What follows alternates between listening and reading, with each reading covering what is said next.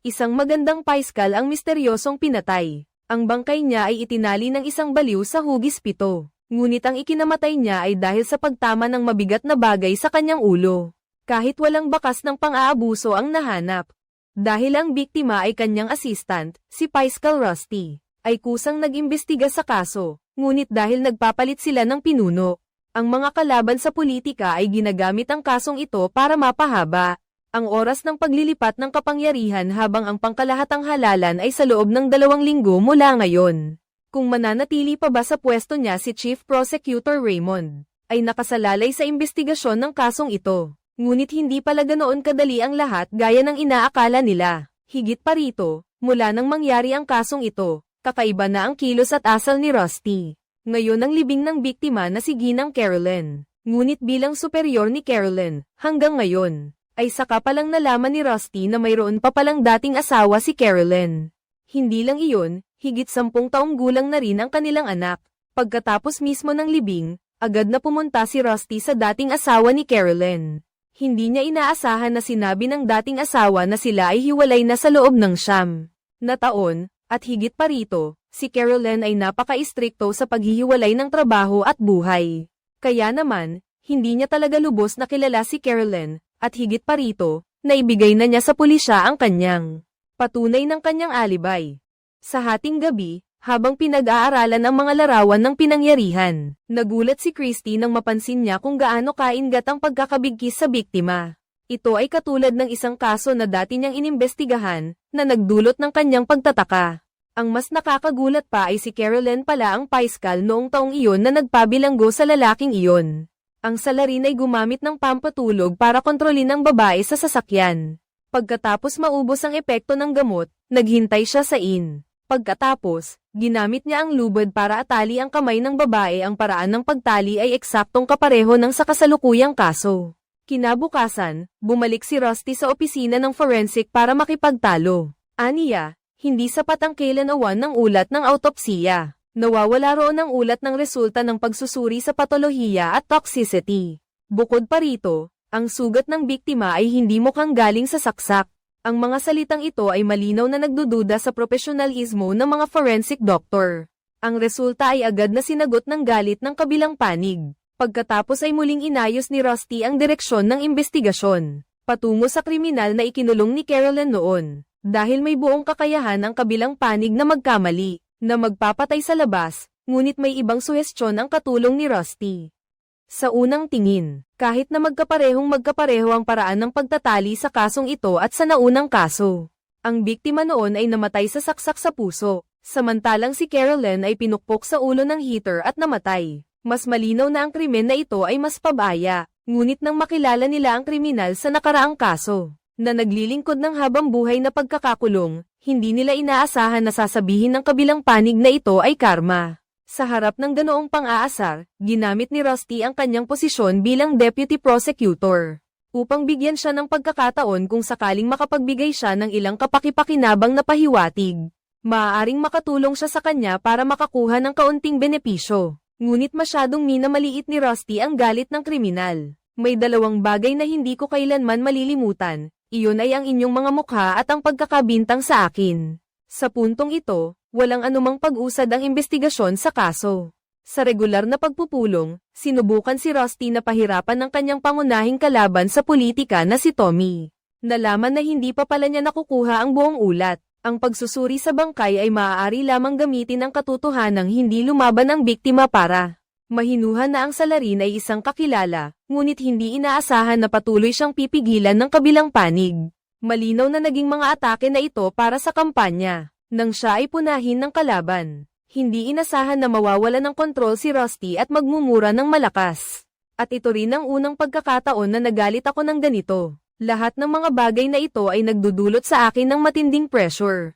Kaya nang interviewin siya ng reporter, tumayo siya sa harap ng kamera. At walang pag-aalinlangan na sinabi niyang pinupuri niya ang kasalukuyang chief prosecutor na si Raymond, na nagtatrabaho ng walang pagod at kinukundina naman ang kanyang kalaban na nagpapakilos sa mga tao, na nagdudulot ng kalituhan sa lahat nang makita ni Raymond ang panayam na ito sa TV. Talagang nasiyahan siya, habang ang kanyang karibal pagkatapos mapanood, ay agad na nagpa siya na gumanti. Ngunit ang mga kakaibang kilos ni Rusty ay nakita rin ng kanyang asawang napakakalmado. Kaya noong gabing iyon, hiniling ng kanyang asawang si Barbara sa kanyang asawa na umatras na sa kaso, ngunit ngayon ay nasa isang mahirap na sitwasyon siya. Dahil kung ililipat ang kasong ito kay Tommy, tiyak na aabutin ng matagal ang paglutas ng kaso, kaya mawawalan ng pagkakataon si Raymond na magpatuloy bilang punong tagayusig. At kapag umupo na sa pwesto ang kalaban ni Raymond, ang posisyon ni Rusty bilang bise-tagayusig ay maaagaw din. Hindi niya inaasahan na direktang sasabihin ng kanyang asawa ang tunay na dahilan sa likod nito. Kayo pala ang nagkaroon ng relasyon noon, hindi ba? Kaya pala may kakaiba kay Rusty. Dahil nagtaksil siya kay Carolyn. Kahit na nakaraan na iyon, pero dahil iniimbestigahan ng kasong ito, ang pagtataksil mo ay malalantad din balang araw. At ang kasal ninyo ng asawa mo ay muntik nang masira, dahil sa matibay na puso ni Barbara na nagpanatili sa pamilyang ito na malapit nang magkawatak-watak, na humaharap sa maraming pressure na walang mapaglabasan. Si Rusty ay napilitang magpatingin sa psychologist para humingi ng tulong. Ikinwento niya ang lahat ng sakit na matagal nang kinikimkim niya. Bukod pa rito, may isang bagay na hanggang ngayon ay hindi ko pa rin maintindihan. Inakala ko na ang relasyon namin ni Carolyn ay napakalinis, ngunit espesyal na ang una naming pagkikita. Naramdaman ko na ang umaakit kay Carolyn ay tila ang aking kapangyarihan. At si Carolyn ay tila baliw na umiibig sa mga ice sports, na nagpapalakas ng katawan, at ito ay kabaligtaran ng aking asawa. Hindi ko inaasahan na lulubog ako sa pag-ibig na iyon at hindi na makawala. Ngayon, kahit magsisipa ako, huli na. Ngunit mas malas pa, ang kalaban ni Rusty. Sa botohan ay nanalo. Kaya ang posisyon niya bilang assistant prosecutor ay malapit nang makuha ng kalaban niya. At si Chief Prosecutor Raymond ay nagbabalak ding magbitiw para mapanatili ang kanyang dangal, ngunit ito pa lang ang simula ng sunod-sunod. Namalas na araw ni Rusty pagkatapos nilang dumalo sa huling pagpupulong. Hindi na naghintay si Chief Prosecutor Nico, at inutusan si Rusty na ipasa ang kanyang mga trabaho. Doon niya nalaman ang naunang ulat tungkol sa resulta ng pagkolekta ng fingerprint. Matagal ko nang hinihintay pero hindi ko pa rin natatanggap, ngayon bigla na lang nagkaroon. Malinaw na inutusan ito ng kabilang panig, ngunit hindi pa iyon ang pangunahing problema. Ang problema ay sa kwarto ng biktima. Biglang may fingerprint ni Rusty, nagmadali siyang magpaliwanag. Marahil ang fingerprint na iyon ay bakas mula sa pag-o-overtime nilang magkakasama. Ngunit inimbestigahan naman ng kabilang panig ang chat history ni Carolyn. At doon, ang taong pinakamadalas niyang kausap ay ikaw. Ikaw at si Carolyn ay nagkaroon ng relasyon, hindi ba? Ang tanong na ito ay agad na nagpabagsak kay Rusty. Hindi maitatanggi ni Rusty ang malabong relasyon nila ni Carolyn, at hindi rin niya masagot ng direkta ang sentro ng issue. Ang personal na relasyon ko at ni Carolyn ay walang kinalaman sa kasong ito. Lahat ng naruroon sa pagpupulong ay nagulat nang marinig iyon. Sa puntong ito, hindi na nakatiis si Rusty. Malakas niyang sinigawan ang sarili na isa siyang walang kwenta, ngunit pagkatapos nito ay may isa pang nakakagulat na balita ang dumating. Bukod pa rito, mayroon ng kumpletong ulat ng pagsusuri sa patolohiya. Nakasaad sa ulat na bago siya pinatay, si Carolyn ay buntis. Alam mo bang buntis si Carolyn noong siya ay pinatay? Hindi ko alam. Alam mo ba kung sino ang posibleng ama ng sanggol? Ang magandang paiskal ay namatay sa isang napakalungkot na paraan. Sa sarili niyang tahanan, si Deputy Prosecutor Rusty ang naging pangunahing sospek. Ang pangunahing dahilan ay ang malabong relasyon ninyo ng yumao. Bukod pa rito, buntis pa ang kabilang partido bago siya namatay. Mas lalo pang lumala, ang taong pumalit sa posisyon mo. Si Tommy ay may masamang balak na pilitin kang magpa-DNA test sa ipinagbubuntis niya. Humingi ng warrant of arrest, pero ang taong labis na nasaktan ay ang dating boss mo na si Raymond dahil sa pagtatago ni Rusty ng tungkol sa affair niya, na siyang naging dahilan kung bakit hindi na siya muling nahalal bilang district attorney. Buntis siya sa anak mo, tama na, sapat na. Nang hindi na talaga maitago ng lahat, wala nang ibang paraan, kailangan na lang sabihin ni Rusty ang lahat kay Barbara. Si Carolyn ay buntis at inakala ng lahat na anak mo iyon. At ikaw ang naging sospek sa pagpatay sa kanya. Nalito si Barbara nang marinig niya iyon, hindi ba't sinabi mong tinapos mo na ang relasyon? Na iyan isang taon na ang nakalipas, ngunit hindi niya inakala na magbabalikan pala silang dalawa sa loob ng isang linggo. Kahit si Barbara ay nagulat sa pagkakataong ito, Tinitingnan niya ang mga bata sa labas ng bintana, at lihim na gumawa ng desisyon sa kanyang puso, at alam na ni Rusty sa puntong ito, na tanging ang mabilis na paglutas ng kaso ang makakapagligtas sa kanya mula sa hindi magandang sitwasyon na kinakaharap niya. Muli kong binasa ang record ng pagtatali at pagpatay sa tao. Noong taong iyon, sinubukan kong hanapin ang koneksyon sa pagitan ng dalawang kaso. Ngunit nang suriin ko ang ulat ng autopsiya, nagulat akong natuklasan na mayroong 2 sample ng semilya sa katawan ng biktima. Noong panahong iyon, ako at si Carolyn ang humawak sa kasong ito. Ngunit wala akong alam tungkol dito. Kaya't pinuntahan ko ulit ang malas na forensic doctor na iyon, at sabay na pinunana ang ebidensyang ibinigay sa abogado ng depensa ng akusado. Ay hindi malinaw na nagsasaad tungkol dito, kaya't malaki ang posibilidad na inosente ang akusado. Ngunit sinabi ng forensic doctor na kontaminado na ang natirang semen sample.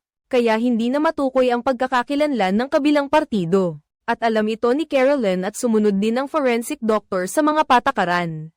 Isinulat niya ang lahat sa ulat ngunit bilang assistant prosecutor, ang profesional na etika, ay nagsasabi sa akin na ito ay isang malaking pagkakamali. Agad na nawalan ng kontrol si Rusty, pagkatapos niyang kumalma. Naalala niyang tawagan ng pulis na kakilala niya. Ang pangalan niya ay Alana, gusto niyang makita muli ang salarin sa kaso na si Liam. Nasa kulungan siya ngayon pero sayang at ang kabilang panig, ay nagpalit sa voicemail pero noong nahanap niya ang kaunting ebidensya para malutas ang kaso. Hindi niya inaasahan na sa gabi habang naghahapunan ng buong pamilya, sinabi ng asawa niya sa mga bata na may sasabihin ang tatay nila. Kaya wala nang magawa si Rusty kundi aminin na nagtaksil siya sa katrabaho niya. At siya pa ang sospek sa pagpatay sa kabilang panig. Gayunpaman, mahirap tanggapin ng mga bata ang katotohanan. Endgame ngayon, lahat tayo ay nagdurusa, hindi ko na ito hahayaan na ako lang ang magdusa. Sa oras na ito, walang oras si Rusty para sisihin ang sarili niya. Nakita niya na puno ng mga sasakyan ng pulis sa labas ng pinto. At pagkatapos nito, nakatanggap siya ng search warrant, na inihatid ng kanyang kasamahan, at ang paghahalughog ay tumagal hanggang madaling araw. Lahat ng sulok ng bahay ay ginulo. Kahit ang laptop ng anak ni Rusty ay kinuha. Kinuha pa nila ang DNA sample niya mismo doon. Mabilis na bumalik si Rusty sa unit ng labis na galit upang questionin si Tommy. Bakit niya ipinatupad ang batas sa harap ng pamilya niya? At hindi man lang siya binigyan ng kahit kititing na dangal. Ngunit ipinaliwanag ng kabilang panig na ito ay isang pare-parehong kaugalian. Pagkatapos ay nakatanggap si Rusty ng balita na agad siyang sinuspinde sa trabaho. Kapag ang isang tao ay nawalan ng dating kapangyarihan, siya ay agad ding babagsak mula sa langit patungo sa impyerno. At sa sandaling ito, kahit ang psychologist ay hindi na kayang ayusin ang emosyon ng mag-asawang Rusty. Si Rusty ay may kutob na. Anong hirap na sitwasyon ang kakaharapin ko? Aarestuhin ako, iniimbestigahan nila ang telepono at computer ko. Maaaring matuklasan nila na sobrang nahuhumaling ako sa kanya. Kung ako ang tagayusig, hindi ako magdadalawang isip na arestuhin ang sarili ko. Rusty, kumilos ka agad para iligtas ang sarili mo. Una, pumunta ka sa dating kasamahan mo na nagretiro na. Si Raymond, siya lang ang pinakamahusay na abogado, na mapagkakatiwalaan mo, at si Raymond lang din, ang pamilyar sa mga pamamaraan at proseso nila. Ngunit hindi siya nagtagumpay, sa huli ay hindi pumayag si Raymond sa hiling ni Rusty. Pagkatapos, hindi pa rin siya sumuko at sa wakas ay natawagan niya ang pulis na si Alana. Sayang at hindi na pinayagang magpatuloy sa investigasyon ng kaso. Ang kabilang panig. Nang banggitin niya ang pagkakadiskubre ng pangalawang sample ng semilya sa katawan ng biktima, ang kabilang panig ay maaari lamang mag-isip ng paraan para makahanap siya ng ibang paraan. Kaya't pagkatapos nito, bumisita si Rusty kay Liam bilang isang ordinaryong bisita sa bilangguan. Hindi inaasahan, agad na nahulaan ng kabilang panig na hindi na tagayusig si Rusty. Dahil sa pangalawang sperm, ginawa niya ang lahat para kumbinsihin ang kabilang panig na sabihin ang tungkol sa kasabwat, para mabawasan ang sentensya kung sakaling talagang malulutas niya ang kaso ng pagpatay kay Carolyn. Maaaring makalaya pa si Liam. Ngunit nang marinig niya iyon, agad na naunawaan ni Liam na ang pag-amin sa kasalanan ay maaaring magpalaya sa kanya. Wala na siyang ibang mapuntahan, malinaw na sarado na rin ang daang ito. Ngunit naniniwala pa rin siya na ang paraan ng pagkakaugnay ng dalawang kaso ay pareho kaya tiyak na may koneksyon sila sa isa't isa. Upang malaman ang katotohanan, wala na siyang magagawa, kundi umasa sa mga matagal na niyang kaibigan sa paligid niya. Tulungan mo akong mahanap ang tunay na salarin kaya kailangan ko na huwag mo na akong lokohin. Sa ngayon, kakaunti na lang ang mga tao sa loob ng pulisya na gustong malaman ang katotohanan. At kakaunti na rin ang oras para mapatunayan mong wala kang kasalanan. Ngunit sa wakas ay nagkaroon ng pagkakataon na magbago ang lahat, dahil habang kausap ni Raymond ang kanyang asawa, naniniwala pa rin siya na hindi pumatay si Rusty, malinaw na gusto pa rin niyang tumulong sa puso niya. Dahil si Rusty pa rin ang kanyang matalik na kaibigan. At higit pa rito, siya ay sinisiraan ng isang masamang kalaban na araw-araw ay nagdaraos ng press conference. Sinasamantala ang pagkakataon sa korte para maghiganti sa dalawang. Walang katsarang iyon, hindi niya inakala na si Rusty ay inaresto sa bahay noong gabing iyon. At nang makita niya sa TV ang kalaban sa politika na nanunuya, at kinukutya siya, mas lalong nagpasya si Raymond na pumunta sa korte para ipagtanggol ang sarili. Mabilis na naging sentro ng atensyon ng buong Amerika ang kasong ito. Lalo na't naganap agad ang paglilitis ng korte pagkatapos nito. Nakita ni Rusty ang kanyang dating kasamahan na nakatayo sa tabi niya. Nakaramdam siya ng matinding emosyon. Masaya rin siya nang makita niyang naroroon ang buong pamilya sa paglilitis. Pagkatapos, sa simula pa lang ng paglilitis, umamin si Raymond na hindi siya nagkasala sa mga akusasyon. Ngunit humiling ang kabilang panig ng pag-aaral bago ang paglilitis. Sa puntong ito, sinabi ni Raymond na hindi ito kailangan. Hindi na kailangang sayangin ang oras ng korte dahil ang mga akusasyon sa kasong ito ay walang batayan sa katotohanan. Hiniling niya na agad itigil ang paglilitis, kaya, nagpa siya ang hukom na ang mungkahi ng nasasakdal ay isusumite pagkatapos ng 14 na araw. Ang abogado ng tagayusig ay dapat tumugon sa loob ng 7 araw pagkatapos. Kasabay nito, ipinaalala rin na ang mga akusasyon na inihain ng tagayusig ay napakaseryoso. Gayunpaman, ang akusado ay isang mahusay na abogado, na nagtrabaho sa korte ng maraming taon kaya hindi na kailangang gumawa pa ng malaking ingay sa publiko. Sa huli, matapos magbayad si Rusty ng 1,500,000 para sa piyansa, kinabukasan ay matagumpay siyang nakabalik para makasama ang kanyang pamilya. Nagpasalamat siya sa mga kamag-anak na dumating para sa kanya, at ipinaliwanag din kung bakit umalis si Raymond bago ang paglilitis. Ang oras ay favorable para sa paglilitis kaya mas mabilis ay mas mabuti. Mas mabuti para sa ating lahat, ngunit nang ang buong pamilya ay nagbigay. Nasa wakas ay medyo gamaan na ang loob ng buong pamilya. Biglang nakatanggap si Rusty ng isang misteryosong mensahe. Ang laman ay noong oras na iyon ay nandoon siya sa pinangyarihan. Nakita kita, may tinatago pa ba si Rusty sa lahat?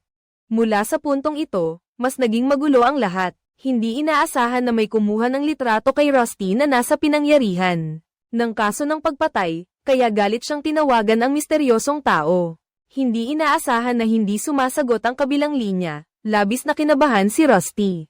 Nagmamadali siyang nag-text para itanong kung sino talaga ang kausap niya. Sayang at walang sumagot, at sa sandaling iyon, ang asawa niya sa likuran ay nagtatanong ng mausisa. Matatag siyang nagbigay ng telepono sa asawa niya para tingnan, ngunit pagkatapos noon, mahirap nang sabihin ang mga paliwanag. Dahil sa gabing iyon, talagang lihim siyang pumunta sa bahay ng kanyang kabit na si Carolyn. Ngunit kung ano ang nangyari pagkatapos, maaari na lang ninyong isipin. Nang marinig iyon, nagulat at natulala si Barbara, kahit na patuloy niyang iginiit na hindi siya pumunta doon para pumatay, ngunit gaano man katibay ang puso ni Barbara. Hindi niya kinaya ang patuloy na pagpapahirap, hindi niya inakala na kinabukasan ng umaga. Nakatanggap na naman siya ng mensahe mula sa misteryosong tao na nag-aanyaya sa kanya. Sa puntong ito, ang paiskal na si Rusty ay nakalaya sa piyansa.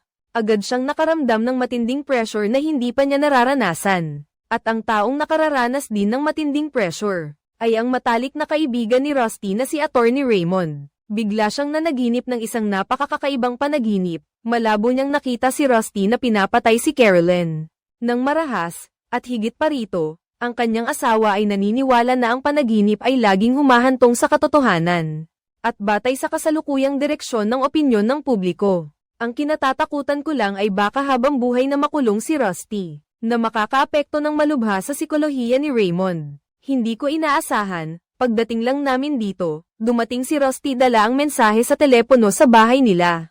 At malamang na ang mensaheng ito ay isang patibong. O baka naman may reporter na gustong kumuha ng ilang impormasyon. Pero hindi may kakaila na si Rusty ay nagpakita sa pinangyarihan ng pagpatay kay Carolyn. Dito nalaman ni Raymond na kahit tapos na ang kanilang relasyon, ay nagpakababa pa rin si Rusty para kausapin si Carolyn para bawiin siya. Ngunit hindi nagtagumpay kaya iminungkahi niyang ipaubaya na lang sa pulisya. Baka may maitulong si Alana. Hindi inaasahan sa oras na ito si Alana. Dahil bumisita sa bilangguan ng walang pahintulot, ay ipinatawag sa opisina ng punong tagayusig.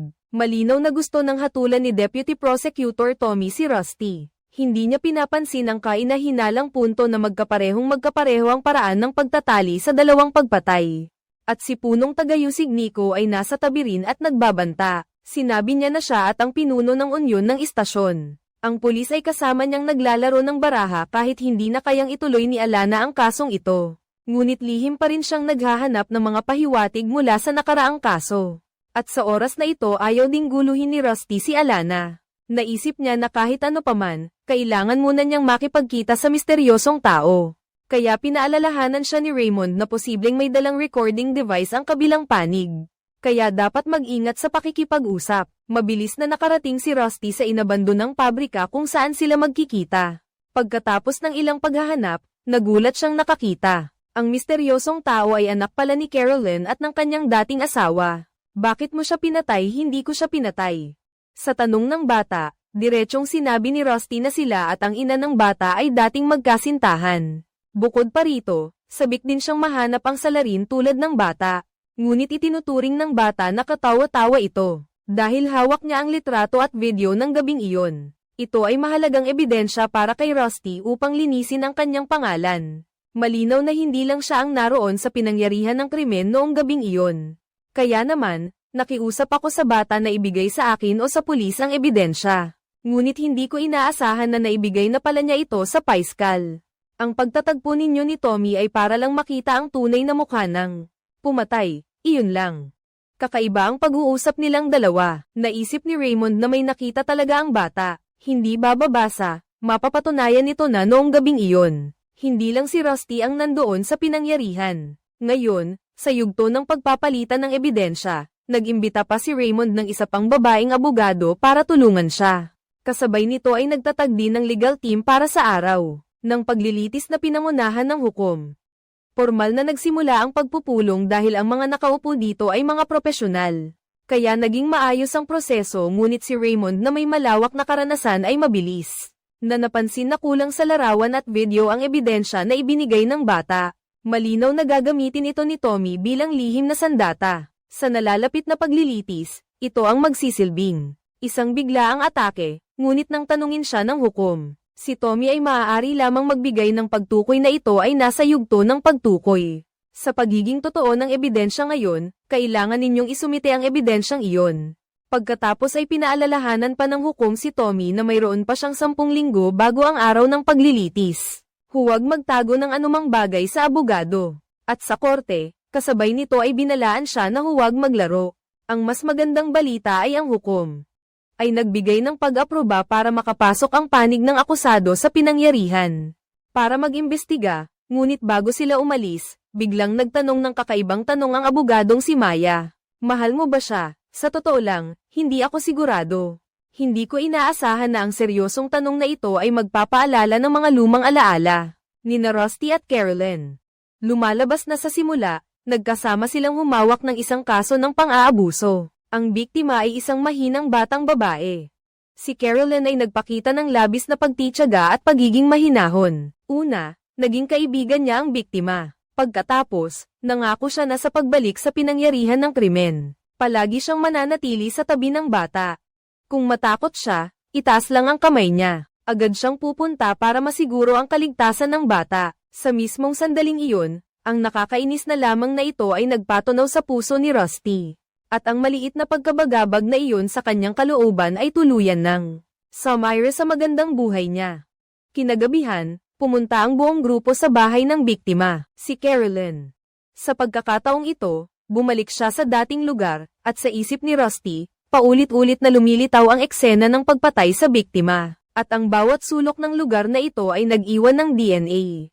Noong sila ay matamis at masigla na magkasama, ngunit ngayon, nagbago na ang lahat. Ang magkasintahan ay hindi dapat magkasama. Ngayon ay wala na sila sa iisang mundo. Sa sandaling iyon, ang kanyang mga alaala ay naputol ni Raymond. Dahil narinig nila na iniimbestigahan mo ang pagtatali at pagpatay noong nakaraan at sinusubukan ding hanapin ang pinagmulan ng semilya. Nakontaminado, alam na ni Raymond na kung banggitin ang tungkol sa isa pang sospek, tiyak na kailangan mong panagutan ang paghahanap sa sospek na iyon. At alam din ni Rusty na ipapakita ng tagayusig ang napakalungkot na larawan ng yumaong. Noong gabing iyon, pagkatapos ay gugustuhin ng hurado na may sisihin. Kung wala silang mahahanap na ibang sospek noon, kaya ang salarin ay ang sarili niya, hayaan mo na lang yan. Sa oras na iyon, nakikinig ng paulit-ulit si Prosecutor Tommy sa isang recording. Mukhang ito ay pag-uusap ni na Rusty at Carolyn. Noong araw ng krimen, tila agad niyang nahanap ang paraan para sirain ang sitwasyong ito. Mukhang hawak na niya ang tagumpay. Nagsimula siyang isimulate muli ang paglilitis. Inihanda niya ang lahat para bigyan si Rusty ng isang nakamamatay na hampas. Sa gabing iyon, nakatanggap si Rusty ng mga larawan at video na ebidensya mula kay Raymond.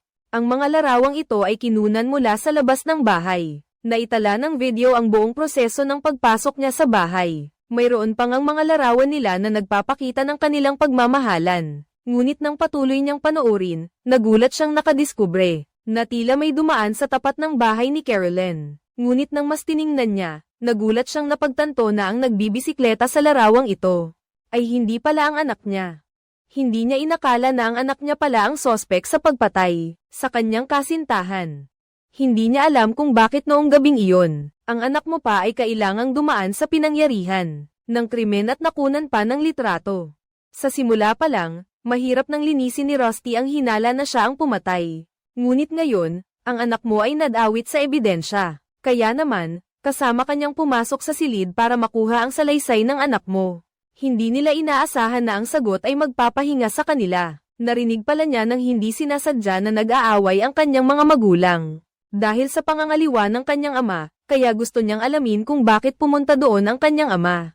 Nang marinig iyon, nagalit si Rusty at pagkatapos ay tinanong ang kanyang anak na parang isang testigo. Ngunit ito ay bahay, hindi korte, at saka ang mga sumunod na pangyayari, sa ina lang niya sinabi. Wala nang ibang paraan, siya ay pinapaalis sa silid tulugan. Pagkatapos, habang naglalakad, hindi niya mapigil ang maalala ang paglilitis. Ipagpalagay na buhay pa si Carolyn, iyon ay isang kaso kung saan ang biktima ay nakatali rin, halos katulad nito. Noon, ang biktima ay 26 na taong gulang, nakatali at pinatay. Siya ay nakatira kasama ang demonyo sa isang maruming motel. Ang napakahigpit na proseso ng paglilitis ni Carolyn. Nakatanggap ng walang humpay na papuri si Rusty. Napakahusay mo, Carolyn, pero ngayon, wala na ang nakaraan. Naitulak din ako sa isang mahirap na sitwasyon na hindi ko kayang iligtas ang sarili ko. Pag-uwi ko pa lang sa bahay, nakatanggap na ako ng sagot mula sa aking asawa. Ang anak nila ay ilang beses lang nagbisikleta sa tapat ng gate ni Carolyn. At isang beses lang nila akong nakitang pumasok doon. Ngunit ang kainahinalang puntong ito sa video ng ebidensya. Mukhang simple, ngunit nagdulot ito ng problema sa kaibigan kong abogado na nagtatanggol sa akin. Masakit ang ulo ni Raymond, at si Rusty ay nagagalit pa rin sa kanyang asawa kaya nag-away sila ng mag-asawa, ngunit pinagtawanan pa sila ni Raymond. Gusto mo ng kabit pero gusto mo rin ng payapang pamilya. Kahit na sumasakit ang ulo niya dahil sa mga ebidensyang larawan. Mayroon ng bagong pag-unlad ang panig ng pulis na si Alana. Dahil natuklasan niya ang may-ari ng pangalawang sperm sample. Nalaman na isang tanga na nagngangalang Brian ang nagbigay ng kanyang DNA sa isang genealogy website. Ngunit ang taong ito, maliban sa pag-iwan ng kanyang DNA sample sa kasalukuyan, biktima na babaeng nagbebenta ay walang ibang record kriminal. Mabilis na dumating sina Rusty at Alana sa bahay niya. Hindi inaasahan, ang kausap ay lubhang maingat. Hindi lang humingi na ipakita ang badge ng pulis na suot ni Alana. At nag-iingat din sa lahat ng mga tanong na ibinigay. Tinitigan pa si Rusty, pakiramdam niya ay pamilyar ito. Upang masira ang sitwasyong ito, nagpa siya si Rusty na kausapin ang asawa ng lalaki. Hindi inaasahan, ang kilos na ito ay nagpagalit kay Brian. Pagkatapos, silang dalawa ay pinatalsik sa bahay dahil sa galit ng lalaki.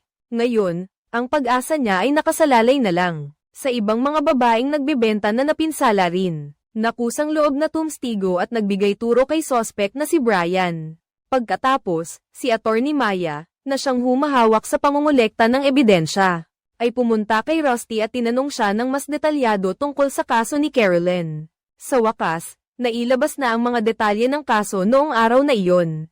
Bukod pa rito, nagtrabaho si Rusty hanggang hating gabi upang ihanda ang kampanya ni Raymond. Ngunit sa katotohanan, halos buong gabi siyang nag-text lang sa opisina.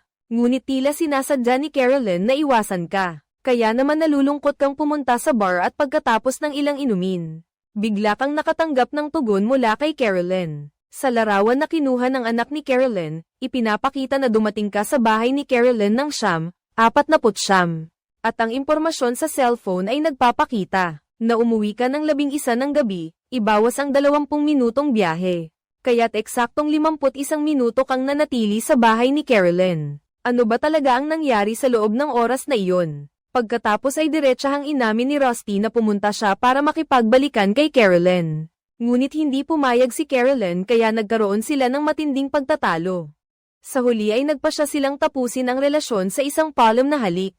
Ngunit pag-uwi ko ay napagtanto ko na ang pag-asang ito ay naging isang kalupitan. Malinaw na ang hindi malinaw na relasyon nila ay isang panganib. Nagagamitin ng tagayusig sa 51 minutong iyon para akusahan siya na may sapat siyang oras para patayin ang biktima, atali ito, at linisin ang pinangyarihan. Ngunit napakahirap pa ring patunayan na nagkasala si Rusty. Gayunpaman, hindi pala ganoon kasimple ang mga bagay-bagay gaya ng inaakala nila. Nagsagawa ng ensayo para sa paglilitis ang deputy prosecutor na si Tommy. Patuloy niyang binabago ang testimonya ng forensic doctor. Nais niyang hindi na makapagtanggol si Raymond. Pagkatapos, nagdagdag pa siya ng isang babaeng kasamahan sa listahan ng mga saksi sa korte dahil naniniwala siyang kailangang iulat ito sa Human Resources. Pagkatapos ay nakipagkita siya sa dating asawa at anak ng Carolyn. Kahit umalis agad ang anak ni Carolyn pagpasok ni Rusty sa bahay, iginiit pa rin niya na si Rusty ang pumatay sa kanyang ina dahil nakita niya ang kasamaan sa mga mata nito. Bukod pa rito, isang beses habang kumakain sila ng kanyang ina, naramdaman niyang mas lalong nag-aalala si Carolyn at nalaman niyang may isang kasamahan na nagpapalala sa takot ng kanyang ina. Kahit hindi niya alam kung sino ang taong iyon, sigurado naman siya na magkasama noon ang kanyang ina at ang taong iyon sa isang kaso. Kaya hindi makakatakas ang kanyang ina mula sa taong iyon. Sa panlabas, lahat ng ebidensya ay nandoon na. Ngunit nag-aalala pa rin si Chief Prosecutor Nico dahil sa kilos ni Tommy sa trabaho.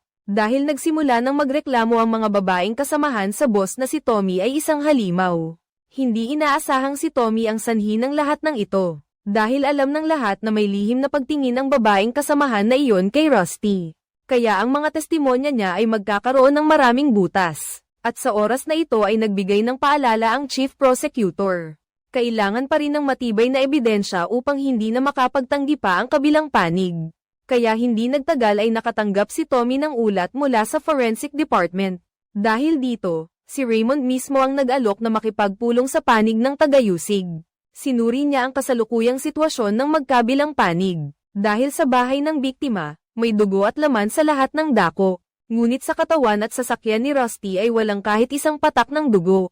Ang biktima ay nakatali, na nagpapahiwatig na ito ay isang sinadyang pagpatay. Ngunit ang panig ng tagayusig ay umaasa lamang sa teorya. Hindi nila ito may hahatol bilang pagpatay sa isang kasintahan. Samantalang ang kabilang panig ay humaharap sa isang dating punong tagayusig. Dahil sa malawak na karanasan, malamang na magiging inosente ang akusado sa kasong ito. Ngunit dahil kay Rusty, hindi niya maaaring ipagsapalaran na mabuhay pa ng kalaban. Ang kalahati ng natitirang buhay nito sa kulungan, at hindi rin maaaring hayaan ng kalaban na mawala ang politikal na puhunan ng kasong ito. Kaya naman, nagpasya si Raymond na magbigay daan at sumang ayon sa akusasyon ng obstruction of justice ng kabilang panig. Ngunit kapalit nito, si Rusty ay maaari lamang mahatulan ng 3 taon na pagkakakulong para sa krimeng ito. Gayunpaman, ang tila makatwirang pagpupulong para sa plea bargain ay nabalot ng isang ulat ng autopsy ni Nico. Ipinasa para basagin, bakit ngayon ko lang ito nakita? Kaka-rating lang din namin dito. Si Tommy sa tabi ay ngumiti lang, pero si Raymond ay talagang nagulat, kaya pagkatapos noon, tinawagan agad ni Rusty si Raymond para questionin siya. Lumabas na ang balat ng labi niya ay natagpuan sa kuko ng biktima. Gusto nang mabaliw ni Rusty, pero malinaw na hindi siya kinamot ni Carolyn kagabi. Sigurado siyang ito ay peking ebidensya. Siguradong bitag ito ni Tommy at ng forensic doctor. Ngunit ang lalong nagpapabaliw sa kanya ay biglang may malakas na katok sa pinto sa sandaling iyon. Kasabay pa ang sigaw ng takot ng anak niyang babae. Ang nangyayari sa kabilang linya ay wala pa ring malinaw na resulta. Ang pamilya niya rito ay nag-ulo na at naging isang kaguluhan. Binuksan niya ang kurtina at nakita niya na ang may-ari pala ng pangalawang bahagi ng semilya ay si Brian. Nang malaman pala ng kabilang panig ang pagkakakilanlan ni Rusty, nagalit sila at pumunta rito para makipagtalo. Nang makita niyang natakot ang anak niya, hindi na napigilan ni Rusty ang galit sa kanyang kalooban. Pagbukas pa lang ng pinto ay sumugod na siya. Sa sandaling ito, lahat ng sama ng loob na naipon niya sa loob ng matagal na panahon. Sa wakas may mapagsasabihan na ako, Rusty, Tay, tigilan mo na, huwag mo nang saktan. Palabas pala na si Rusty ay palihim na nag-iimbestiga sa kaso.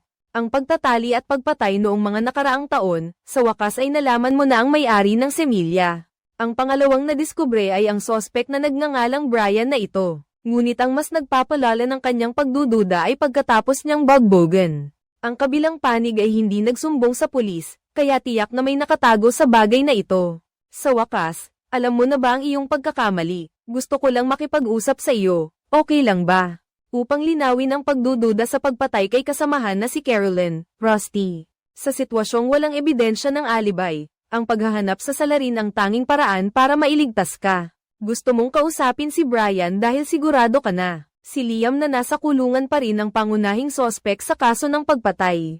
Bukod pa rito, batay sa resulta ng investigasyon ni Alana, madalas kang sinasabihan ng kabilang partido sa kulungan, na siya ang pumatay sa Paiscal dahil noong taong iyon, tinago ni Carolyn. Ang ebidensya tungkol sa pangalawang semilya. Ito ang dahilan kung bakit si Liam ay nahatulan ng habang buhay na pagkakakulong, kaya't malaki ang posibilidad na ang kabilang partido ay nag-utos sa kanyang mga kasabwatsa. Paghihiganti kay Carolyn sa labas pagkatapos malaman ni dating punong tagayusig na si Raymond. Agad niyang inakala na ito ay pagyayabang lamang ng karamihan sa mga kriminal. Ngunit hindi niya inaasahan na hindi itinanggi ni Brian na nakarelasyon niya ang babaeng nagtitinda ng bulaklak, na pinatay, at ang dahilan na ibinigay niya ay pagkatapos manganak ng kanyang asawa, ay nawalan na ng interes sa kanya, ngunit inakala niya na hindi niya kilala si Liam na nasa kulungan. Higit pa rito, mariin niyang tinanggihan na dumalo sa paglilitis, sa kaso ng pagpatay kay Carolyn at pagtatali sa kanya. Malinaw na ang huling pag-asa na ito ay tuluyan ng nawala.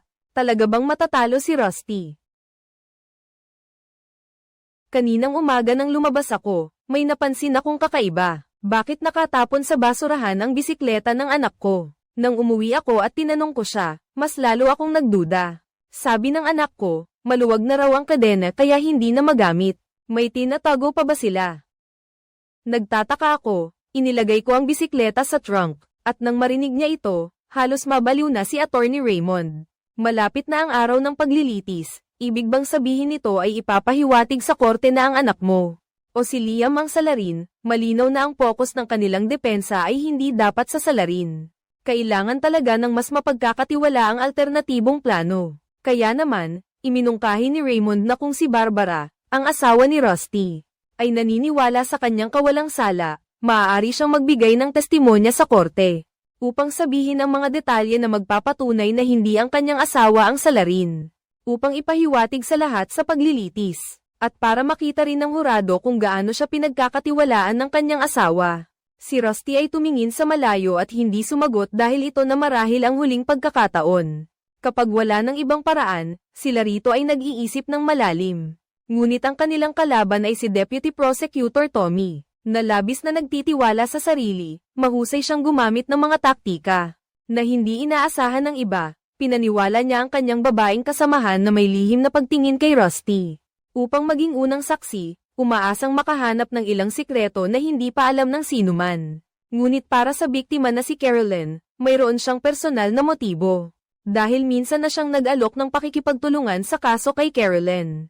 Hindi ko inaasahan na diretsahang sinabi ng magandang babae na mas gugustuhin niyang lutasin ang kaso ng mag-isa kaysa kumuha ng kasamahan. Mas gusto niya si Rusty, na mas mataas ang ranggo kaysa sa kanya noon. Marahil dahil dito siya nasaktan. Kaya pagkatapos palitan si Deputy Prosecutor Tommy, nagmadali siyang ipasok si Rusty sa kulungan.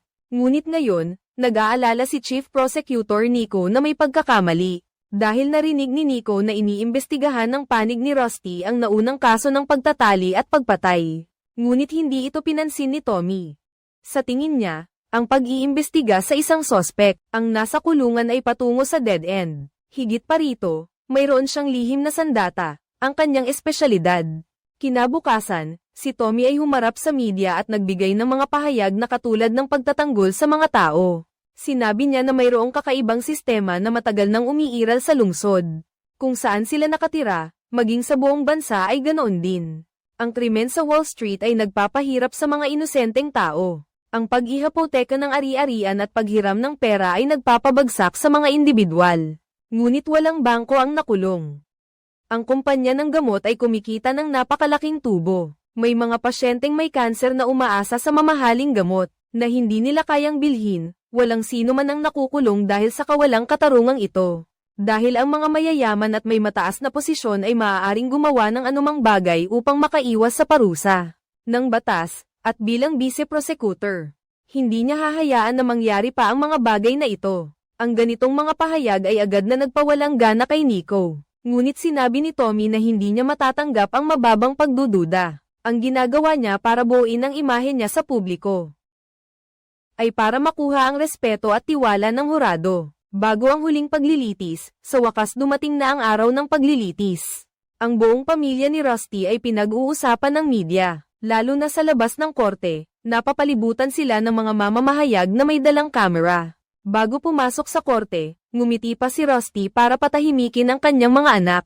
Ngunit nag-aalala rin si Nico tungkol sa sitwasyon dahil ang hurado ang magdedesisyon sa paglilitis na ito. Pagkatapos ideklara ng hukom na magsisimula na ang paglilitis, tama nga, tinarget ni Tommy ang hurado.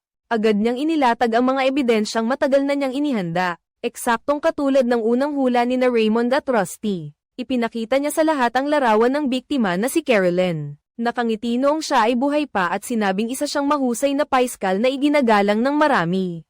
Pagkatapos ng mainit na pag-uusap at pagkakaroon ng pag-aproba ng buong hurado, agad niyang pinalitan ang paksa at pagkatapos ay ipinakita ang larawan ni Carolyn na pinatay ng malagim, malinaw na nagbunga ang paraan ni Tommy. Lahat ng hurado ay nabigla sa larawan. Pagkatapos ay humakbang pa siya at nagpatuloy na nagsasabing ang biktima ay ina pa ng isang 15 taong gulang na bata.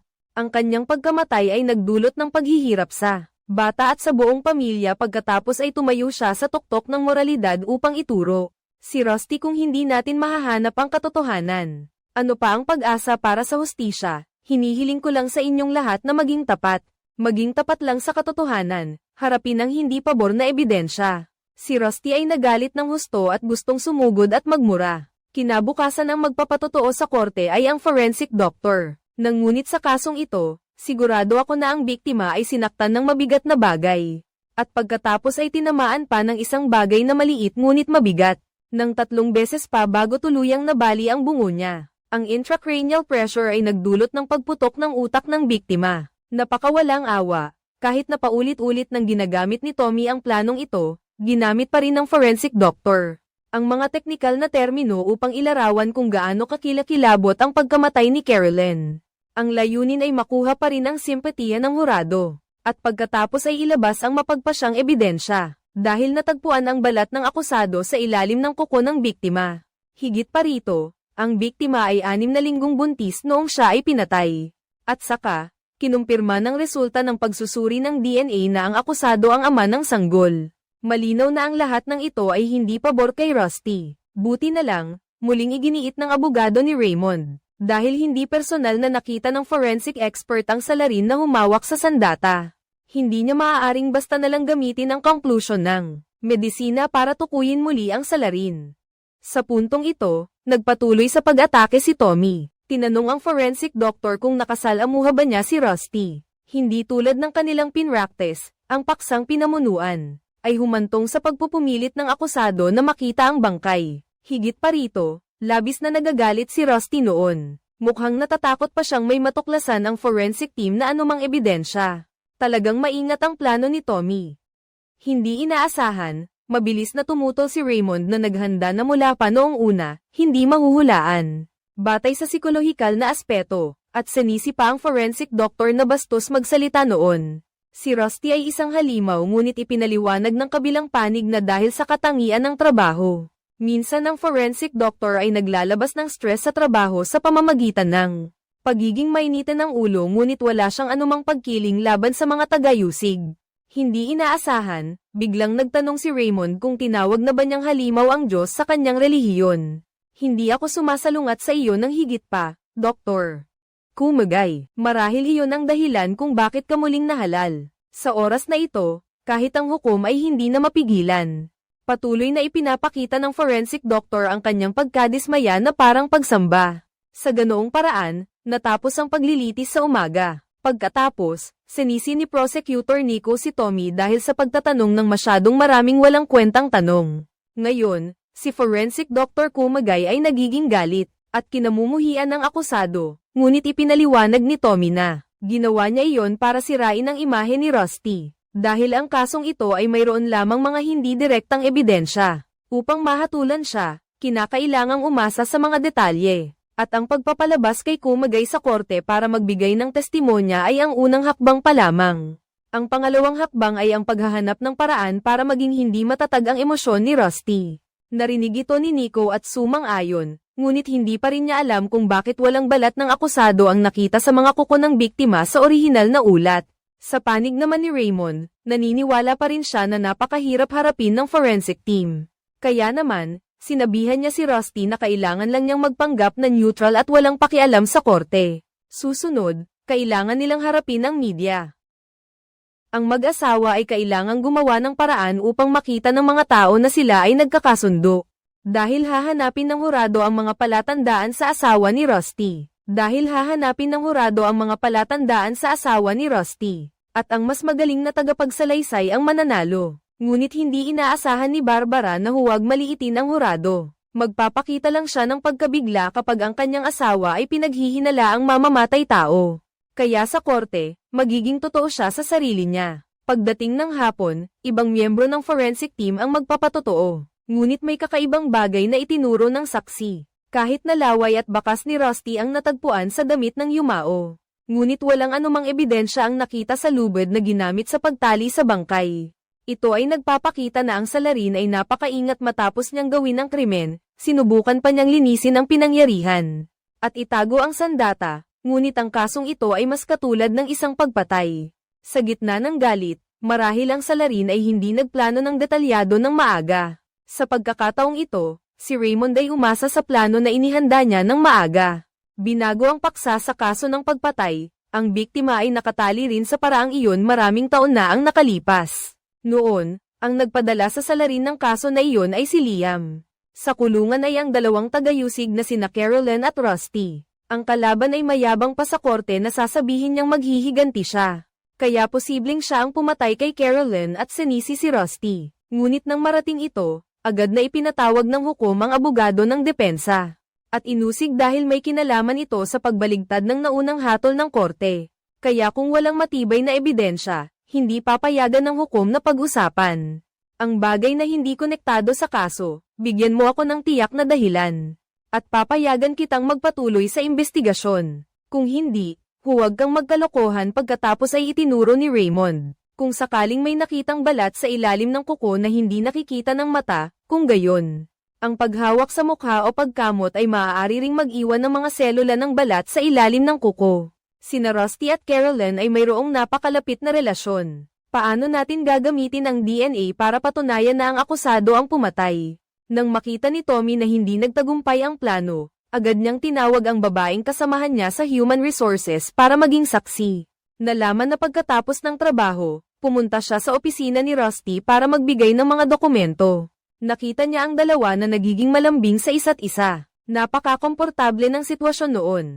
Pagkatapos niyang ibigay ang mga dokumento, agad siyang umalis. At isang beses pa sa parking lot sa basement, nakita niya ulit silang dalawa na parang nag-aaway. Nakita niya si Rusty na kumatok sa bintana ng kotse. Habang si Carolyn naman ay nagmamadaling umalis, makikita mong nawala na siya sa sarili niya sa isang relasyon.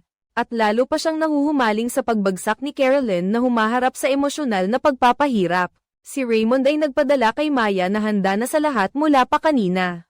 Hindi inaasahan na si Maya ay nakakuha na ng malaking impormasyon. Na walang nakakaalam, ang babaeng kasamahan ay isang espesyalista mula sa HR.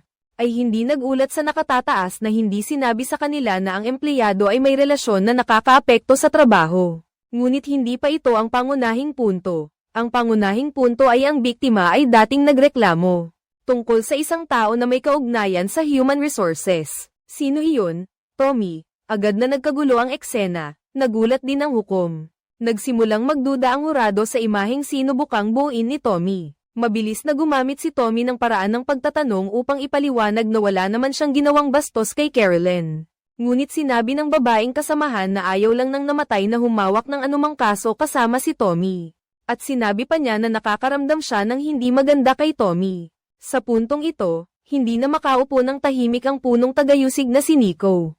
Ngunit si Raymond ay nagkibit-balikat ng may pagmamalaki at sinabing ang tauhan ni Nico ay talagang nagdulot ng sarili niyang kapahamakan. Ngunit may isang bagay na hindi may kakaila, nawala kay Rusty ang sarili niya sa harap ni Carolyn, kaya hindi rin naman tuluyang nabigo ang layunin ni Tommy. Sa oras na ito, si Barbara, ang asawa ni Rusty, ay labis ng naguguluhan at naiinis. Maraming salamat. Kinabukasan, muling ipinatawag ng hukom ang panig ng prosekusyon at ang panig ng abogado ng depensa. Dahil ang dating asawa ng biktima ay humingi ng proteksyon upang pigilan ang kanyang anak na lalaki na humarap sa korte. Ginawa itong ebidensya na sinamantala rin ng hukom para magbigay ng opsyon sa pag-areglo. Ang kasong ito ay pinakamalala ay second-degree murder lamang. Kahit gaano pa magsikap ang panig ng tagayusig, ay hindi nila ito magagawang first-degree murder. Ngunit ang pagdeklara sa akusado na inosente ay medyo sobra na. Ngayon, tapusin ang kaso sa pamamagitan ng involuntary manslaughter. Ito na ang pinakamahusay na resulta kung saan maaaring magbigay ng hatol at sentensya ang panig ng tagayusig. Si Rusty, pagkatapos ng 8 taon, ay makakalaya na at makakapagsimula ng bagong buhay. Ngunit parehong panig ay mabilis na itinanggi ang planong ito. Hindi ko tatanggapin ang anumang hatol. Tatanggapin ko lang ang pagkakansela ng kaso at paghingi ng tawad. Huwag mong isipin na walang ibang paraan ng hukom dahil walang nagbigay ng konsesyon. Tanging ang pagpayag na magbigay ng testimonya ang anak ni Carolyn ang tanging paraan. Hindi inaasahan na ang susunod ay isang hindi inaasahang pangyayari, na nagpahirap sa sitwasyon na pinaghirapan ni Rusty na makamit. Agad na naging isang dead end pagkatapos sa pagkuha ng pahayag ng bata. Ang dalawang panig ay nagpapalitan sa pagbibigay ng pagtutol at pagtatanong. Kahit ang tagayusig ay maingat na nagdiin na ang bata ay sumasagot lamang sa mga tanong at hindi nagbibigay ng karagdagang impormasyon, ngunit sa sandaling ito, biglang nakaramdam ng pagkabalisa si Raymond at biglang bumagsak sa eksena. Ang paglilitis ay nagiging napakatindi, lahat ay nagulat dahil ang pinaka nag-aalala tungkol dito ay si Rusty. Hindi niya inalintana ang lahat at tumakbo upang tumulong, hindi lamang dahil hindi pa tapos ang kanyang kaso, kundi dahil si Raymond ang pinakamatalik mong kaibigan. Agad na itinigil ang paglilitis, kahit pa naagapan si Raymond. Ngunit paano na ang kaso ni Rusty? Sa puntong ito, nais gamitin ng tagayusig na si Nico ang pangyayaring ito para maghain ng mosyon sa korte. Humingi ng muling paglilitis dahil ang hurado mo ay mismong nakita ang pagliligtas ni Rusty sa buhay ng tao. Kaya nang magbigay ng hatol ang hukom, muling naghain ng mungkahi si Nico para sa paglilitis. Pabor ito sa tagayusig ngunit tinutulan ito ng abogado ni Rusty na si Maya. Ngunit ang susunod na nangyari ay sapat na para mabigla ang hukom. Biglang nag-file si Rusty ng petisyon para ipagtanggol ang sarili niya. Nang makita ito, nagkaroon agad ng pagtatalo ang panig ng tagayusig at ang panig ng abogado.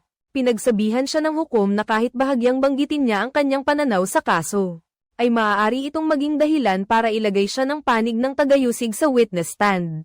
Ngunit sa kabila nito, hindi lang lubos na pag-access sa cross-examination ang gusto ni Rusty. Dagdag pa rito, sinabi pa niya sa hukom na tanga ang kanyang abogado.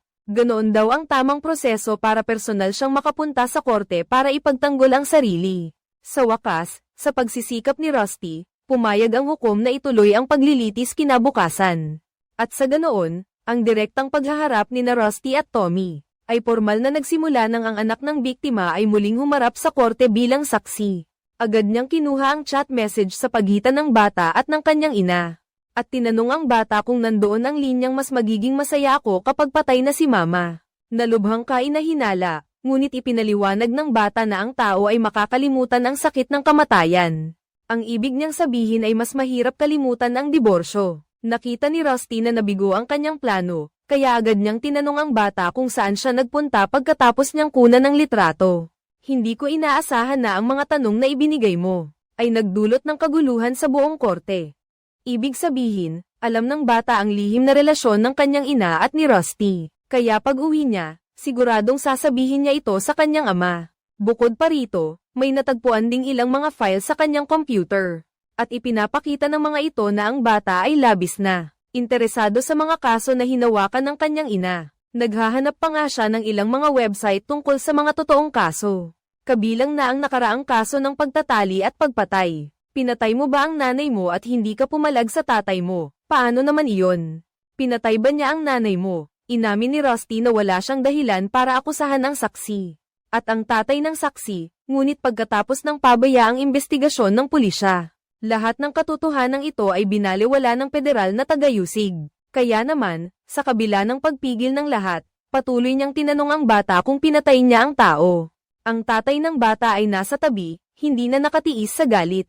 Halos mabaliw siya at sumugod patungo kay Rusty. Ngunit agad siyang hinailan ng pulisya palabas ng pinto. Hindi naman nagkamali si Rusty, isa siya sa pinakamahuhusay na tagayusig. Kaya naman agad na nagbago ang takbo ng media. Nagsimula silang magtanong kung ang dating asawa ba ng biktima ay kasabwat. At bakit marami pang ebidensya ang hindi pa naiimbestigahan. Para hindi tuluyang matalo, nagpa siya si Chief Prosecutor Nico sa gabing iyon. Naipatawag si Pulis Alana para magbigay ng testimonya. Nang malaman ito ni Rusty mula sa kanyang mga kasamahan, agad siyang nagtanong ng may pagka-excite, Alana, anong tungkol sa pagpapatotoo sa korte? Sa puntong ito, ang babaeng kasamahan ay labis na nasiraan ng loob. Ayaw sana niyang maging saksi, dahil ang biktima na si Carolyn ay parang isang lason. Si Rusty ay winasak ng lason na ito. Bukod pa rito, may kutob siya na marahil noong gabi ng krimen. Sinabi ni Carolyn na gusto niyang ipanganak ang bata. Pagkarinig nito, agad na pinaalis ni Rusty ang kausap sa sasakyan. Talaga bang tama ang sinabi niya, o nag-iingat lang siya? Si Tommy ay nagpaplano para makakuha ng ebidensya. Kinabukasan pagkaalis ni Alana para magbigay ng testimonya, agad binuksan ni Nico ang recording noong binisita ni Rusty ang bilangguan. Pagkatapos ay ikinonekta niya ito sa kabaligtarang impormasyon mula sa bilanggo na si Liam. Nagsimula siyang maghinala na inudyukan ni Rusty si Liam na umamin na siya ang pumatay kay Carolyn para mabawasan ang sentensya nito. Bukod pa rito, inutusan pa niya si Alana na ibigay lahat ng ebidensya sa kanya. Hindi para malaman ni Nico at Tommy, malinaw na ang mga salitang ito ay lubhang nakasama kay Rusty. Ngunit 3 tanong lang ang ginamit niya para baligtarin ang sitwasyon. Pakiramdam ko ako ay inosente. Tama ba ang sinabi ko? Sige. Palagi kong sinasabi na inosente ako sa kaso ng pagpatay kay Carolyn. Tama iyan, hinihiling ng tagayusig na panatilihin mong lihim ang impormasyon tungkol sa kaso. May kakaiba ba? Sa aking karanasan, wala namang kakaiba dyan. Ipinaliwanag ni Rusty na hindi mo ipinapakita ang ebidensya sa iba dahil hindi ka nagtitiwala. Sina Tommy at Nico ay iimbestigahan ang kaso ng patas. Ang mga komentong ito ay agad na sinang-ayunan ng hurado. Pagkatapos, lihim siyang sumulyap sa dalawa. Pagkatapos, bumalik siya sa kanyang upuan ng may lubos na kumpiyansa. Nang makita niyang hindi pabor sa kanila ang sitwasyon kung walang ilalabas na ebidensya ang panig ng tagayusig. Nagulat, natatakot na baka wala ng pagkakataong manalo. Tiningnan ni Tommy ang Wall of Fame sa lounge, puno ng mga kasong napanalunan ni Rusty at Carolyn. Naaalala niya pa ang tagumpay sa kaso ng pagtatali at pagpatay noon. Si Tommy ang tumulong kay Carolyn na putulin ang kurbata, ngunit nang magyakapan sila para magbati, magalang siyang tinanggihan ni Carolyn. Ito ang sakit na hindi mabubura sa kanyang isipan, kaya lihim siyang nagdesisyon sa paglilitis kinabukasan. Agad niyang hiniling na maging testigo si Rusty sa korte. Nagulat din ang hukom at agad na ipinatawag ang prosekusyon at ang abogado ng depensa para sa isang pribadong pagpupulong upang magtanong, at pagkatapos ng isang matinding pag-uusap. Dahil una, lumampas si Rusty sa limitasyon, binigyan siya ng hukom ng 2 pagpipilian. Isa, humingi ng muling paglilitis, o 2, sa pilitang magbigay ng testimonya at sumailalim sa cross-examination. Sa puntong ito, iminungkahi ni Maya sa tabi niya na tanggapin niya ang muling paglilitis. Ngunit pagkatapos ng ilang sandaling pag-iisip, nagpa siya si Rusty na ibigay ang nararapat na sagot. Ako ang magpapatotoo. Inakala ni Maya na tiyak na magbibigay ito ng pagkakataon sa kabilang panig. Ngunit naniniwala si Rusty na mayroon siyang sariling mga kalkulasyon. Sa ganoong paraan, nagkaroon ng matinding hindi pagkakasundo ang dalawa. Hinarap ang matigas na si Rusty, sa huli ay nagpa siya si Maya na bumaba sa posisyon bilang pangalawang abogado ng depensa. Ngayon, ang sitwasyon ay lubhang nakababahala. Si Rusty ay hindi lamang ang akusado, kundi siya rin ang abogado ng depensa at malapit ng maging saksi. Sa korte, malinaw na ngayon ay isinasapanganib niya ang lahat, wala na siyang atrasan, at nagulat pa ang kanyang asawa nang matuklasan na ang kanyang asawa ay nagsimulang gumamit ng gamot na pampatalas ng isip, upang mas makapag-focus, kahit pa habang naliligo ay hindi siya tumitigil sa pag-insayo. Baka lang magkaroon ng kahit kaunting butas, mawawala lahat ng pagsisikap mo. Ngunit habang naghihintay siyang tawagin sa korte, nakatanggap siya ng tawag na paalala mula kay Maya. Pinayuhan siya ng mabait na tao na kontrolin ang kanyang emosyon. Huwag na huwag siyang magpapadala sa patibong ni Tommy, hindi niya inaasahan na sa sandaling ito. Bigla niyang nakita si Abogado Raymond na lumabas ng ospital at pumunta dito sa loob lamang ng 2 maikling araw. Bumalik ang kabilang panig sa paglilitis, hindi lang iyon, mabilis ding nagmadali si Maya papunta. Sa puntong ito, tumaas ng husto ang kumpiyansa ni Rusty. Hinarap ang mga mapanlinlang na tanong ni Tommy. Kahit kaya mo pa ring maging mahinahon, hindi ko inaasahan. Nagagamitin pa ng kabilang panig ang chat history bilang ebidensya. At ipinaliwanag pa ni Rusty na ito ay isang pansamantalang kilos. Ang pagiging pabigla-bigla ang nagpawalang bahala sa kanyang pamilya at mga anak. Ang siyang pinakamahalaga, at ang pagiging pabigla-bigla ay demonyo. Kahit si Tommy ay hindi nakaiwas, hindi ako marahas. Sa sandaling ito, tumayo si Brian, ang taong kanina lang sinaktan. Nang makita niyang muling kinuha ni Tommy ang CCTV ng kapitbahay bilang ebidensya, nagmadali si Rusty na ipaliwanag na ang kabilang panig ang kusang sumalakay ng ilegal sa kanyang tirahan. Dahil sa pag-aalala niya kaya niya sinaktan ang kabilang panig, at dahil din sa pag-aalala kaya niya itinago ang relasyon niya sa biktima at sinubukang kumbinsihin si Liam na umamin na may kinalaman siya sa biktima. Dahil din sa pag-aalala kaya siya nakipagtalo sa forensic doctor. Ngunit sa pagkakataong iyon, napagtanto niya na ang kabilang panig ay nagtago ng ebidensya mula sa ibang kaso. Gayunpaman, isang simpleng paalala lang mula kay Tommy ang nagpabalik kay Rusty sa bitag at nagdulot ng pagdududa sa kanya ng hurado. Nang mainit ang ulo mo, hinawakan mo ang kwelyo niya. Sinadya mo ba iyon o nawalan ka ng kontrol? Kung ikaw iyon, ano ang gagawin mo? Kaya pala nawalan ka ng kontrol, nakita ni Tommy ang butas sa sinabi ni Rusty. Nanalo na naman ng bahagya ang panig ng tagayusig. Ang plano niya ay nagresulta sa matagumpay na pag-atake ng panig ng tagayusig. Ang takbo ng paglilitis na ito ay talagang pabago-bago. Parang roller coaster, magaling, ano na kaya ang magiging kapalaran ni Rusty? Hindi niya maiwasang maalala ang masakit na nakaraan. Pinili niya ang kanyang pamilya ngunit sa puso niya si Carolyn lang ang nasa isip niya. Hindi niya ito kayang bitawan at buong lakas na hinabol ang kaganapan. Ngunit palagi siyang nakakaramdam ng pagkakasala sa kanyang asawa at mga anak. Sa puntong ito, nakatakda na ang kapalaran ni Rusty na mabaygo. At sa sandaling ito, ang tagumpay ay kay Tommy, nang isipin niya ang kanyang mga kilos. Hindi niya napigilan ang sarili na ngumiti ng malaki. Ngunit pagpasok niya sa bahay, may napansin siyang isang napakakakaibang bagay. Parang may nakapasok sa bahay niya. Nakalikot ang mga papeles at nakakalat sa lahat ng dako. Buti na lang at buhay pa ang pusa niya, pero may dagdag na isang piraso ng panggatong ng kalan sa mesa, na may nakasulat na babala, mamatay ka na. Sino naman kaya ang gumawa nito? Kailangan nating malaman na ito mismo ang ginamit na sandata sa krimen. Posible bang iba talaga ang tunay na salarin? O may iba pa bang itinago si Tommy sa silid? Malapit nang ibigay ang hatol sa paglilitis, pero ngayon lang natuklasan ang panggatong ng kalan. Sa loob ng bahay ng tagayusig, malinaw na may nagtatangkang manakot o manakit. Si Tommy ay naghihinala na ito ang desperadong kilos ni Rusty. Sayang lang at walang fingerprints o DNA doon.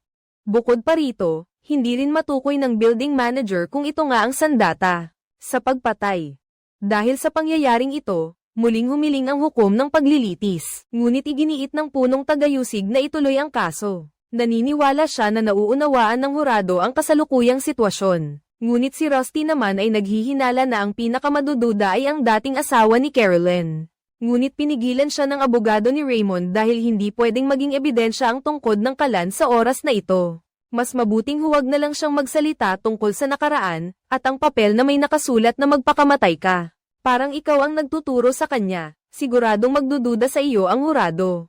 Hindi nagsalita si Rusty, pag-uwi niya sinabi niya sa asawa niya na nakilala niya ang tungkod na iyon.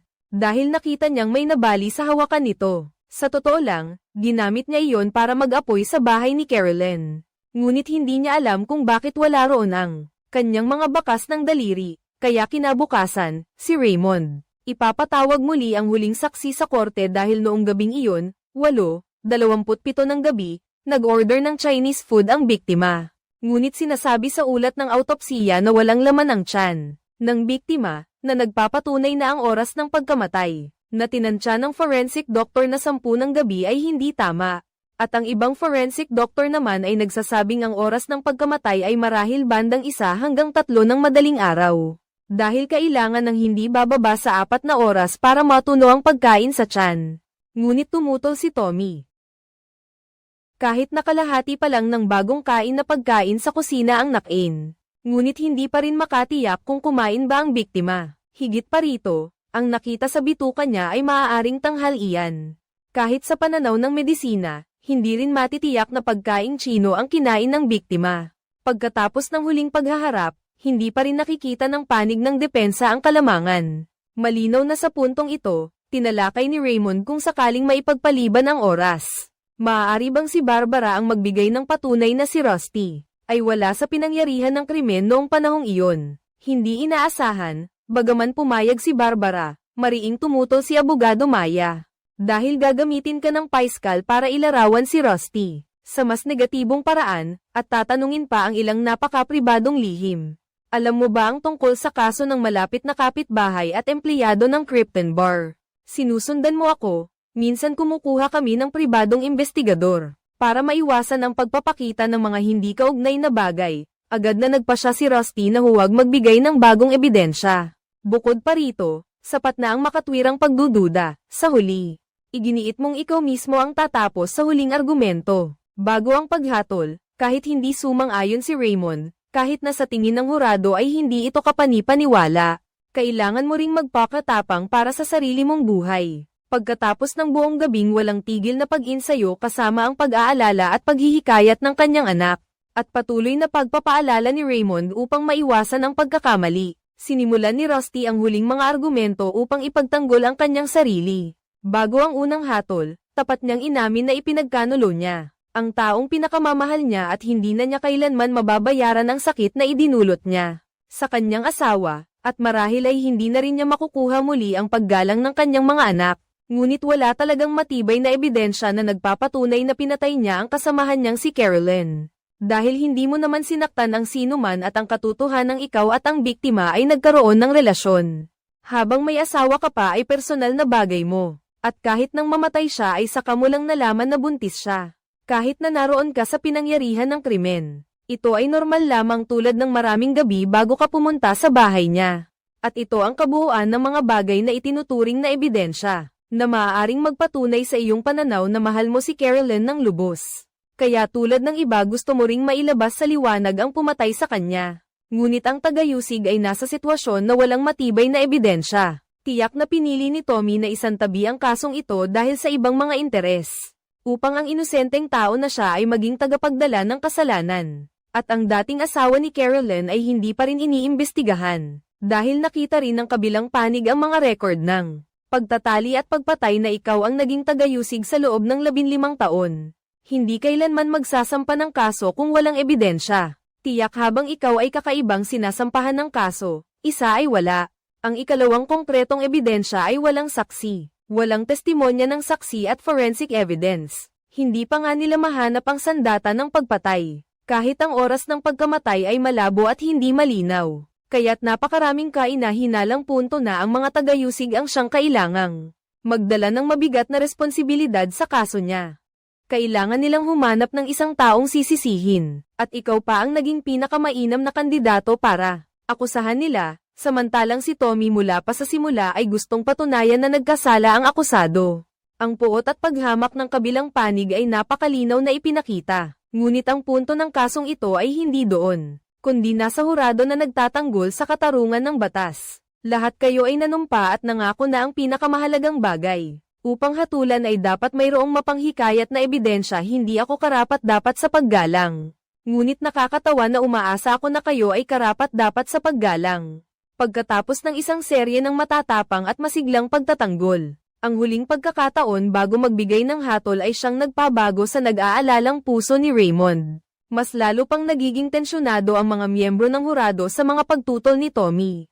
At biglang nakaramdam ng pag-aalinlangan. Si Tommy ay naniniwala na si Rusty ang unang nag-imbestiga sa kasong ito, at nagtago ng impormasyon sa kritikal na oras. Na 48 oras pagkatapos ng krimen, hiniling niya sa pulisya na huwag ibahagi ang ebidensya, at sinubukan niyang itago ang kanyang malabong relasyon sa biktima, pati na rin ang katotohanan na noong araw ng krimen, nasa bahay siya ng kabilang partido. Hindi ito ang kilos ng isang inosenteng tao. Sinubukan mo pa ring suhulan at pilitin ang mga bilanggo sa kulungan, na gumawa ng maling testimonya at siniraan pa ang forensic doctor. Pagkatapos ay sinaktan mo pa ang mga posibleng saksi. Hindi ito tugma sa iyong pagtangging inosente. At sa sinasabi mong wala kang tendensyang manakit, nakita ka pa ng anak ng biktima, na lumitaw sa pinangyarihan ng krimen, kung saan naroon din ang iyong mga fingerprint at DNA sa lahat ng dako. Ngunit matapang mo pa ring sinasabi na walang ebidensya. Ang pagpapatunay na ito ay malinaw na isang kasinungalingan. Nang masabi niya iyon, ginamit muli ni Tommy ang kanyang lumang taktika. Ipinakita ang larawan ng karumal-dumal na pagkamatay ni Carolyn, at si Rusty pa ang huling kasama ng biktima noong gabing iyon. Ngunit umakyat sa korte ang akusado at sinabing ang salarin ay maaaring ang kriminal sa kulungan o ang dating asawa niya, at tinukoy pa niya na ang abogado ng tagayusig ang pumatay. Ito ay isang karaniwang tanda ng kawalan ng pag-asa. Ngunit ang hindi pangkaraniwan ay tinukoy o inakusahan niya ang anak ng biktima bilang ang pumatay. Upang maging malinaw na ito ay gawa ng isang demonyo. Salungat sa moralidad ng lipunan. Bakit? Dahil alam ninyo na ang salarin ay walang iba kundi ang nasa harapan ninyo. Ngayon, may pagkakataon pa tayong magbigay ng hustisya. At ang responsibilidad na ito ay nasa inyo. Tingnan ninyong mabuti ang taong ito mula sa huling mga argumento bago ang hatol. Parehong panig ay hindi pa nagkakasundo, kaya ang susi ay nasa desisyon ng hurado. Naalala ni Rusty noong taong iyon, si Carolyn ay nakasama rin niya sa paghihintay ng hatol. At habang mas matagal na nag-iisip ang hurado, mas lalong magiging favorable para sa depensa, at kasabay nito, patuloy na iniisip ni Tommy na ang pag-alis ng kalan ay ang paraan ni Rusty para maprotektahan ang sarili niya. Kung sakaling matalo sila sa kaso, maaari pa rin nila itong gamitin para magkaroon ng bagong paglilitis, ngunit tinanong ni Chief Prosecutor Nico ang isang tanong na matagal na niyang itinatago sa kanyang kalooban. Gaano mo kamahal si Carolyn sa lahat ng panahong iyon? Hindi sumagot si Tommy dahil naputol ang kanilang pag-uusap sa pagdating ng resulta ng hatol. Natanggap ng hukom ang huling hatol ng hurado. Lahat ng pamilya ni Rusty ay tensyonado, at siya at ang dalawa niyang abogado ay sinusuri ang mukha ng hukom. Sa wakas, binasa ng clerk ng korte ang hatol, walang naitatag na kasong pagpatay. Ang krimen na ito ay lumalabag sa Artikulo 609.195 ng Batas Kriminal. Ang mga nakikinig sa paglilitis ay naghiyawan. Si Rusty lang ang may seryosong mukha dahil sa sandaling ito. Lumabas ang pagbabago sa pelikula. Hinarap ni Rusty ang media at hayagang sinabi, bagamat na isa katuparan na ang hustisya, ang tunay na salarin ay malaya pa rin. Ngunit pinili ng tagayusig ng tanggapan ng tagayusig ng distrito na maghayganti. Kundi ang katotohanan na ang taong dapat nilang hingan ng tawad ay ang biktima na si Carolyn. Noong gabing iyon, lumapit si Rusty sa kanyang asawang si Barbara. At pagkatapos ay isinalaysay sa kanya ang lahat ng kanyang ginawa, at ang mga bagay na pinaghihinalaan niya. Hindi ko inakala na kaya mong pumatay, ngunit kalmado ka pa rin na parang walang nangyari. Akala ko ikaw ang pumatay kay Carolyn. Si Rusty ay nagduda na ang kanyang asawa ang pumatay. Hindi bababasa, alam niya kung sino talaga ang salarin. Nalaman niya na noong araw ng krimen, umalis siya. Ngunit bumalik at nagulat na nakita si Carolyn na nakahandusay sa isang dagat ng dugo. Ang plano ko sana ay tumawag ng ambulansya pero patay na siya. Pagkatapos, napagtanto ko na si Barbara lang ang posibleng salarin para makaiwas sa hinala. Agad kong ginawa ang eksena na parang may pagtatali at pagpatay. Dahil madaling makuha ang pekeng pag-amin. Kadalasan, sapat na ang pag-aalok ng mas mababang sentensya sa akusado. Madalas nilang ginagawa iyan noon kaya sulit subukan ngayon. Nang marinig ito ni Barbara, nagulat siya kung paanong ang kanyang asawa ay naging isang baliw. Ngunit inakala ni Rusty na aksidenteng nakapatay ang kanyang asawa. At ang kanyang pag-iisip at kilos ay otomatikong naghiwalay. Na para bang ibang tao ang gumawa ng krimen kaya naglagay siya ng tracker sa sasakyan niya. At doon niya nalaman na ang asawa niya pala ang kumuha ng panggatong sa bahay ni Tommy. Sa sandaling iyon, biglang dumating ang boses ng kanilang anak na babae. Ginawa ko iyon. Bukod pa rito, inakala ng anak ni Rusty na makukulong ang kanyang ama pagkatapos nitong magbigay ng testimonya sa korte. Kaya iyon lang ang tanging paraan para matulungan niya ang kanyang ama. Ay ang pagmamaneho niya papunta sa bahay ni Tommy at pagkatapos ay palihim na ipasok ang panggatong sa loob ng bahay sa pamamagitan ng pinto sa likod ng kusina. At saka noong gabing naganap ang krimen, ang anak ni Rusty ay pumunta sa bahay ni Carolyn para questionin siya. Matagal na niyang gusto si Carolyn at palayuin ito sa kanyang ama magpakailanman. Ngunit hindi niya inaasahan na nalaman niyang buntis na ang kausap niya. Aalis ako sa kanya pero magkakaugnay pa rin ang buhay namin. Sa loob pa ng ilang panahon dahil buntis ako. Nang marinig ang balitang ito, kinuha ng anak ni Rusty ang bakal na panghukay sa kalan at ibinagsak sa ulo ni Carolyn. Pagkatapos ay galit na pinukpok pa ito ng ilang beses. Nang makita niyang hindi na gumagalaw ang kausap niya, natakot siya at nagmadaling nagmaneho pa uwi. Akala niya isa lamang itong bangungot, ngunit malinaw na pansamantala lang akong nagkaroon ng matinding galit at nakapatay. Kinabukasan ng umaga ay agad niyang nilinis ang kotse. Pagkatapos ay lihim na ibinaon ang mga piraso ng kalan at agad na pumunta dito. Labis na nagulat si Barbara sa katotohanan ito, si Rusty naman ay labis na nasaktan at nawalan ng pag-asa. Ngunit pagkatapos ng mahabang pag-iisip, nagpasya siya ng isang bagay na tila hindi pangkaraniwan. Ngunit makatwiran, Sarah, Rusty, inalo niya ang kanyang anak, ito ay para lamang sa pagtatanggol sa sarili. Lahat ay para protektahan ang pamilyang ito, lahat ay dahil sa akin, kasalanan ko ito. Tayo ay magiging isang pamilya na magsasama-samang malalampasan ito. Nang masabi ang mga salitang ito, si Barbara sa tabi ay natakot na hindi makapagsalita. Nakita niya si Rusty na mahigpit na niyayakap ang kanyang anak. Ito ang buong nilalaman ng pelikulang Presumption of Innocence. Sa tingin ninyo, maganda ba ang pelikulang ito sa sukat na 10? Ilan ang ibibigay ninyong puntos sa pelikula? Ipadala ang inyong sagot sa comment section para malaman namin. Salamat sa inyong pagsubaybay. Paalam at magkita-kita tayong muli.